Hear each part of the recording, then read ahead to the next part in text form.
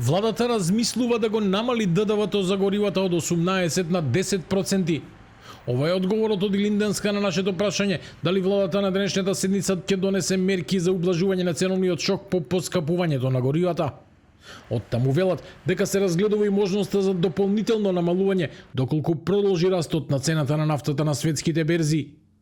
Меѓу опциите кои се разгледуваат е намалување на ДДВ од 18% на 10% со можност за дополнително намалување, зависно од движењата на светските пазари. Целта е заштита на животниот стандард, намалување на ценовниот притисок и одржување на економската стабилност. Владата ќе реагира навремено за ограничување на ценовните притисоци, поддршка на стопанството и одржување на ликвидноста со цел амортизирање на надворешните шокови, зачувување на конкурентноста и заштита на куповната моќ на граѓаните. Горивата вчера го имаа вториот голем скок во рок од една недела. Бензините поскапеа за дополнителни 8, а дизелот за 7,5 денари по литар.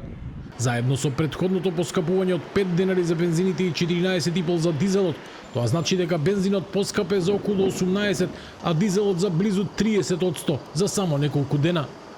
Од СДСМ предлагаат пакет мерки за ублажување на кризата и намалување на ударот врз граѓаните. Лидерот Венко Филипче пресмета дека новото поскапување на горивата граѓаните ќе ги чини 4,5 милиони евра повеќе. Ние во собранието ќе поднесеме пакет на закони со цел да им олесниме на граѓаните оваа криза полесно да ја надминат. Прво, закон за намалување на стапката на ДДВ од 18% на 5% за горивата. Понатаму намалување на акцизата за 4 денари. Третиот закон укинување, следување на 0% ДДВ за основните прехранбени производи. И четвртиот закон за преполовување на цените на патерините, кои што нашите граѓани ги плаќаат возејќи по патиштата ширум државата. И од ДУИ обвинуваат дека владата не презема навремени мерки и дека граѓаните се оставени сами да се справуваат со ценовниот шок. Според нив, без итна интервенција, можно е цените да пораснат за повеќе од 10%.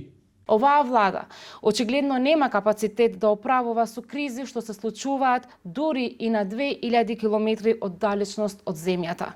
Поради тоа, сметаме дека владата треба веднаш да го разреши министрот за економија, кој очигледно нема ниту визија, ниту јасен план за справување со економските кризи.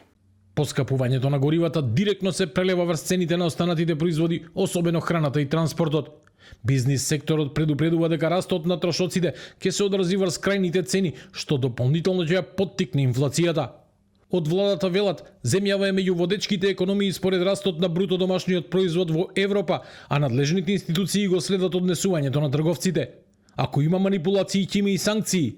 Од друга страна, експертите предупредуваат дека без навремени мерки, ударот врз животниот стандард на граѓаните ќе биде уште посилен.